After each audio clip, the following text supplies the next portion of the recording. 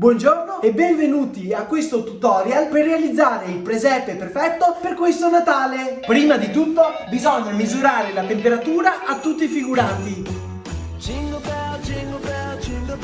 Una volta disposti bisogna controllare che siano a distanza di sicurezza. Tutti i personaggi comunque devono indossare la mascherina.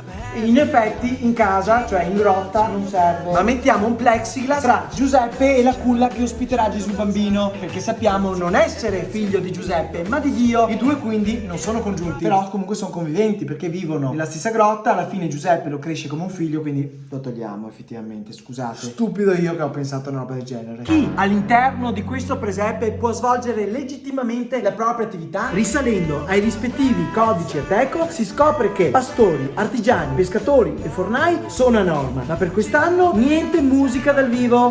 Arriveranno aiuti se Dio vuole. Le future visite a Gesù Bambino sono su prenotazione e in massima sicurezza. Ed ecco qui che ritorna utile il nostro plexiglass. Bene, sono soddisfatto. Ho mantenuto la sacra tradizione rispettando le sacre regole. Ovviamente il presepe è zona rossa, così nessuno può entrare e rovinarmi il Natale. Sacramento, i re magi, come fanno? Li faccio arrivare subito. Scusatemi, niente di personale, ma arrivate da paesi lontani, meglio se vi fate una bella quarantena. Ah, per i regali, se volete fare un figurone, quest'anno niente oro, incenso e mirra, ma mascherine, tamponi e mucchine. E questo? Ah, certo, il negazionista del presepe quest'anno non può mancare.